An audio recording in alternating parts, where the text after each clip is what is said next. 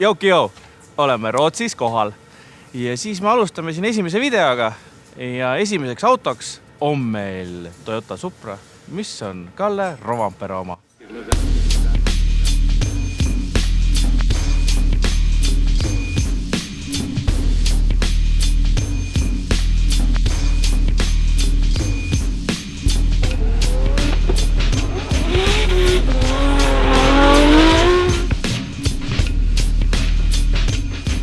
Toyota Supra A90 ehk siis see kõige uuem Supra MK5. Nüüd, nagu ikka, me vaatame seda väljast, siis eest ja tagant ja siis vaatame seest ja siis kapoti alt. Ja nii lihtne ongi. Nii et hakkan pihta. Selle auto siis algselt ehitas Taigo Saito Kallele. See tuli siis Jaapanist Soome. Ja Soomes on ta natukene ümberehitusi saanud, et sobiks rohkem Kalle sõidustiiliga. Ja natuke on veel asju muudetud, näiteks bodykit, et see on meil siin Pandem bodykit, aga Pandem tuleb tegelikult klaasfiibrina. Nüüd see on kõik siin ümber tehtud, ehk siis on võetud vormid ja kogu bodykit on tehtud karbon kevlarist, ehk siis stanged, loodan, et see Transiti diisel väga peale ei jää, stanged, lipp, kapott, tiivad, uks, tagumine osa, tagaluuk, katus, kusjuures see katus osas ma jään veits võlgu. Võib-olla katus on juba tehasest on karbon. Äkki on? Äkki pigem on vist. Nüüd see suur tiib siin. See suur tiib on siin täitsa Soome enda ettevõte.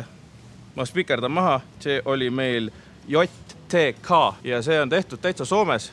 Et kui kellelgi on huvi, otsige üles JTK ja ta ütlesid, et see spoiler siin, no see reaalselt töötab.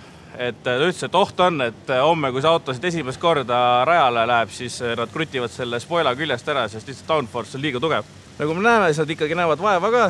Siin on kulumisjälgi, ehk siis seda tiiba ikkagi liigutatakse. Nüüd siis alustame sildadest vist või? Sillad. Meil on siin siis originaaltala, mis on muidugi ringi tehtud, seal on Wintersi differ. Siis on meil kogu Weissfäbi kataloog siin taga. Samamoodi poolteljed on Weissfäbi omad. Pidurid on Jaapani oma toode. Need on Winmaxid. Mina polnud varem kuulnudki, aga pidurid on Winmaxid. Nagu näete, siis on topelt supportiga. Nüüd väljed. Need on päris advanid. Ehk siis siin ei ole mingisugune, no kuidas siis öelda. No ma ei hakka midagi inetult ütlema. Ühesõnaga, siin on päris advanid. Rehvid on tal Valinod. Sõidab ta fiilikoilidega. Ilmselgelt ma neid vedrukaalu öelda ei saa. Samamoodi ma ei saa öelda diffri ülekandeid. Taga ta kasutab stabikat. Tagasillas rohkem polegi. Esisild. Esisild laias pildis sama. Kogu Weissfäbi kataloog. Siin on meil samamoodi Winmaxi suured supportid. Advani väljad, Valino rehvid ja roolilatt on tal muudetud. Originaalis tal on selline täis elektrilatt, siis nüüd siin on Lexuse tükk küljes ja tal on siis eraldi on elektriline hydraulika pump taga. Neid on 2 tükki. Ja ees on samamoodi stabikas. Võt see oli ka üks huvitav, sest eesi stabikat kasutavad väga vähesed. Samamoodi fiilikoilid ja kaalusid. Ma pakkusin peaaegu täppi, aga ma ei ütle neid ikkagi. Pagass. Siin taga. Nüüd olete näinud, mõnikord pannakse need kütusepaagid hästi taha. Siin on pandud suht tagasilla peale see arvatavasti kaalujaotus siuke mõnusam oleks. Siin on meil ATL-i paak ja seal on üks pump. Isegi mehaanik ei võlgu, mis tootja pump see on. Aga üks kütusepump, vahepaaki ei ole. Ainult üks pump jaurab kogu selle mootori asjaga. Siin on meil siis jahutusradikas. Seal all on suur Stewart Components veepump. Siin on meil tulekustutussüsteem. Väike mõnus aku. Siin on need roolivõimupumbad, millest ma rääkisin. Ilmselgelt tunnete ära, mis auto pealt need pärit on. Ja nüüd huvitav, seal kõrval on tegelikult üks radikas veel. Ehk siis mootori õli radikas on samamoodi taha toodud. Ja seda käitab originaalpump. Ja kui ma ütlesin seda, et mis asja, et ma olen kuulnud täiega, et on mingid probleemid nagu, et originaalpump ei jaksa käiata seda, siis mehaanik ütles, et see ei ole mootoripumbaga seotud probleemid. Kõik õliviskoostus, mis õli sa kasutad, trassi läbimõõt, kõik need asjad tuleb enne läbi mõelda ja siis saab see originaalpump ka väga hästi hakkama. see karbontükk on siin HGK oma. Siin on, ühesõnaga see karbontükk ongi siis vendikoda, seal taga on 2 suurt ventilaatorit. Kas Kaspar saab istuda Kalle autos? Ei saa.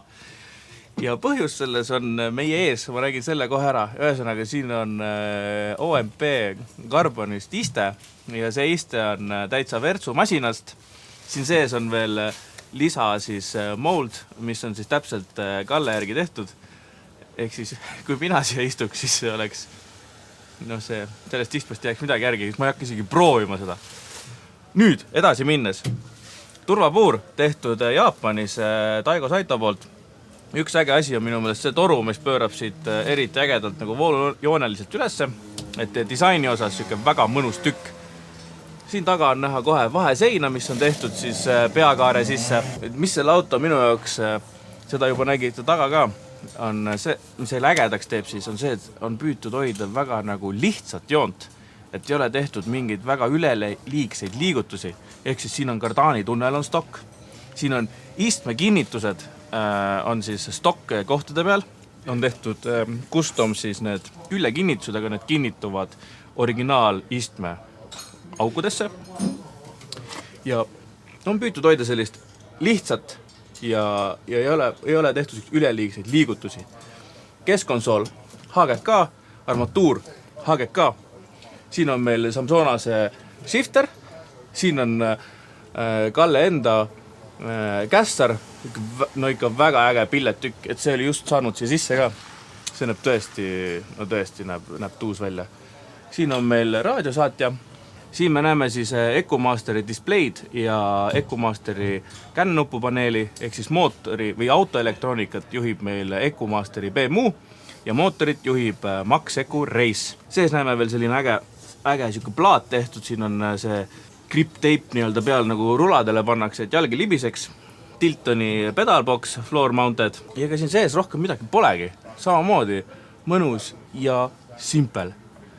Mulle väga meeldib, ma tahaks sisse istuda, et näha, aga. Ja nagu näete, siis keskelt jookseb see metalltala ka, ehk siis esiklaas on meil polukarbonaat. Nüüd kapott lahti, jah. Ennem kaba lahti teen, tuleme tagant poolt, meil oli seal Wintersi differ, siis on meil karbonist kardaan, mis on tehtud Driveshaft Shopis. Seal otsas on meil Samsonase RS90 kast, siis meil on sidur, mis on Tiltoni oma, on 4-kettaline ja 7,25. Ja siis meil on mootor. Originaalis tuleb see Supra siis 2 variandiga. Ühte ma ei tea, sest üks on rida 4, 2-liitrine, aga üks variant on B58, mis on siis, sa pidid lahti tegema selle, sa ei teinud. Siin on meil, nii sujuvad on mordid. Siin on meil 2 JZ. Jälle pean ära ütlema, nagu te teate, mis teeb reiskaariks. Luugia mordid. Do it. Kui sul ei ole, siis pane. Oliver, sul ei ole, pane. Mootor. Meil on siin 2 JZ. Hakkame alt pihta. Meil on siin märkkarter, ehk siis täitsa stokk, õlipump, stokk. See on 3,4-liitrine stroker. Aga nüüd on üks huvitav asi, mida ma üldse ei küsinud. Oota, sa pead pausi panema korra. Ühesõnaga, meil enne jutt pooleli sellest blokikaarest. Alt rääkisin, on ju, 3.4 stroker.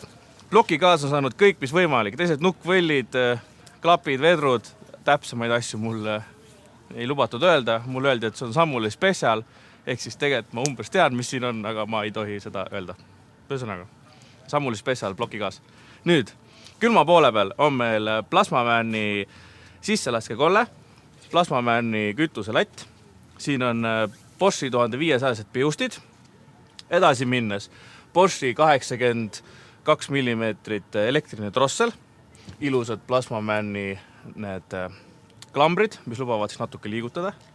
Kuuler, natuke modifitseeritud HKS-i oma. Jep, mõni päris Jaapani tükk on ka ikkagi, selles mõttes on väga tuus. Nüüd, mis me siin veel näeme? Siin on meil tämper on ette pandud, Meckmanni 240 amprit generaator.